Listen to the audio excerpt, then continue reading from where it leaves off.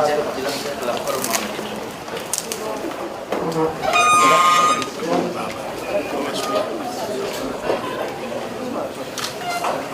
Bapak sekalian, tamu-tamu kehormatan, tamu-tamu undangan yang mohon izin tidak bisa disebut nama satu persatu. Alhamdulillah kita siang hari ini meneruskan apa yang tadi disampaikan oleh Pak Haidar, Pak Hidayat, bahwa kita menjaga dan membuat sebuah tradisi. Bahkan tadi disampaikan oleh editor bahwa ini bagian dari ikhtiar untuk menstrukturkan perjalanan pengalaman dan pengetahuan menjadi hikmah untuk bisa dibaca lintas generasi. Sedikit tentang almarhum Mas Bahtiar Effendi. Saya ini ketemu beliau pertama kali, masih mahasiswa.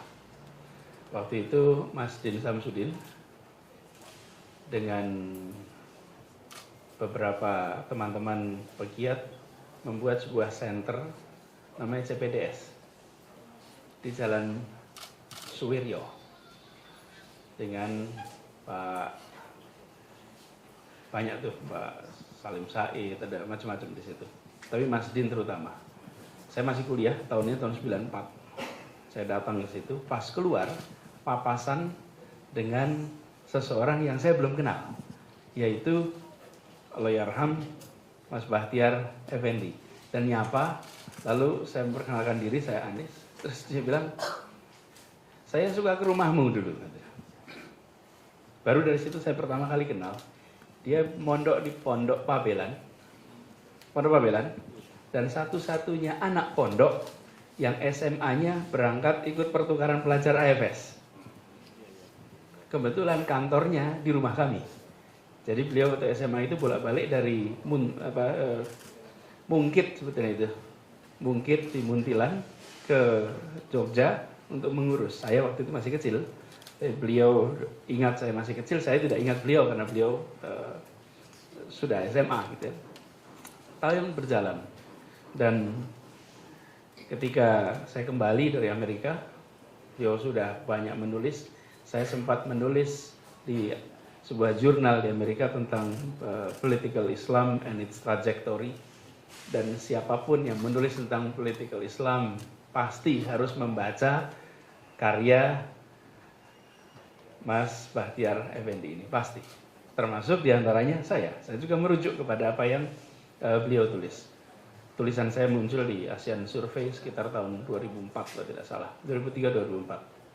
Ini terbitkan oleh University of California, Berkeley. Nah, kemudian saya pulang ke Indonesia. Di sini sesudah itu banyak berinteraksi dengan beliau, seringkali justru di dalam forum-forum internasional.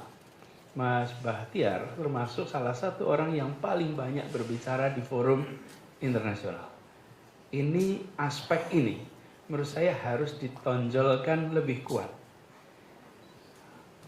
Baik di level Asia Tenggara maupun ketika bicara di Timur Tengah dan Eropa, maka beliau selain juga kalau bicara internasional, Mas Rizal Sukma itu banyak bicara. Tapi Mas Bahtiar Effendi salah satu unsurnya di antara semua yang mengkaji tentang political Islam asal Indonesia umumnya tak memiliki kekuatan artikulasi bahasa Inggris yang kuat. Sehingga dia tak selalu berada di dalam radar percakapan global yang menggunakan medium bahasa Inggris. Sementara Mas Bahtiar Effendi memiliki kekuatan yang cukup selain analitikalnya, tapi juga beliau artikulasinya. Sehingga kami sering justru bersama-sama dan di situ saya merasakan kalau sudah diskusi, kalau kita conference sama-sama, kalau udah conference sama-sama itu artinya pagi sarapan sama-sama, selama conference, siang sore keliling. Di situ saya merasakan bahwa beliau Allahyarham ini bukan sekedar seorang intelektual yang dingin.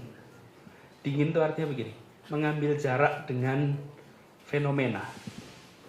Beliau itu begitu masuk kepada bicara tentang aspirasi umat Islam, maka beliau itu memiliki satu kedekatan yang dalam baik istilah saya itu bergolak. Jadi bergolak, dan artikulasi bergolak itu tadi digambarkan oleh Prof. Haidar. Kalau nulis pun mantap, PPP gitu kan. Kan itu sesungguhnya dia tidak mengambil jarak, beliau menjadi bagian dari. Ini yang saya rasakan seringkali ketika kita bertemu dengan scholar, untuk menjaga objektivitas dia memilih untuk netral. Padahal objektif dan netral adalah dua hal yang berbeda. Netral adalah pilihan, objektif adalah memasukkan seluruh komponen. Beliau mengambil pilihan, dalam interpretasi saya, mengambil pilihan objektif tapi tidak netral. Tidak netral, dia memilih berpihak kepada politik Islam. Memilih berpihak kepada aspirasi umat, tapi objektif. Tapi kembali kepada cerita ini, bahwa ada satu hal yang menarik. Ketika sebagai intelektual, beliau memilih untuk mengambil sikap, mengambil pilihan. Sementara banyak di antara terutama akademisi yang enggan untuk meninggalkan itu. Jadi banyak akademisi yang selalu kecampur antara netralitas dengan objektivitas. Untuk objektif maka harus netral. Padahal tidak. Untuk objektif tidak harus netral. Tapi kalau kehilangan objektivitas pasti tidak netral. Pasti tidak netral. Kalau kehilangan objektivitas pasti tidak netral. Tapi kalau orang netral tetap bisa objektif. Dan inilah saya rasa kekuatan yang menarik dari Allahyarham. Dan kemudian yang ketiga adalah soal penulisan buku ini. Saya berharap karena tadi audiens yang ada di dalam skop percakapan almarhum Pak Mas Bahtiar Effendi ini cukup luas. Jadi mudah-mudahan tulisan-tulisan ini bisa juga diakses oleh yang dulu menjadi audiens beliau. Karena audiensnya bukan hanya di Indonesia. Audiens beliau adalah percakapan-percakapan global. Karena itu mungkin sebagian dari tulisan-tulisan ini mungkin editor bisa memilih yang lebih bersifat pada perluasan percakapan diskursus tentang politik Islam bisa diterjemahkan dalam bahasa internasional. Dengan begitu maka efeknya bisa lebih mendunia. Tak harus dalam bentuk cetakan, tapi tetap dalam teks yang bisa diakses secara digital sehingga penyebarannya menjadi jauh lebih luas lagi. Mungkin itu Bapak Ibu sekalian yang bisa saya sampaikan dalam kesempatan ini. Saya menyampaikan terima kasih atas kesempatan untuk menyampaikan sedikit tentang almarhum, dan mudah-mudahan ini semua dicatat seperti yang disampaikan oleh Pak Hidayat, 1 dari 3 dari catatan amal jariahnya, ilmunya yang memberikan aliran pahala tiada henti untuk almarhum Mas Bahtiar Effendi. Demikian saya sampaikan, sekaligus saya mohon pamit nanti sesudah ini. Kurang lebih mohon maaf. Assalamualaikum warahmatullahi wabarakatuh.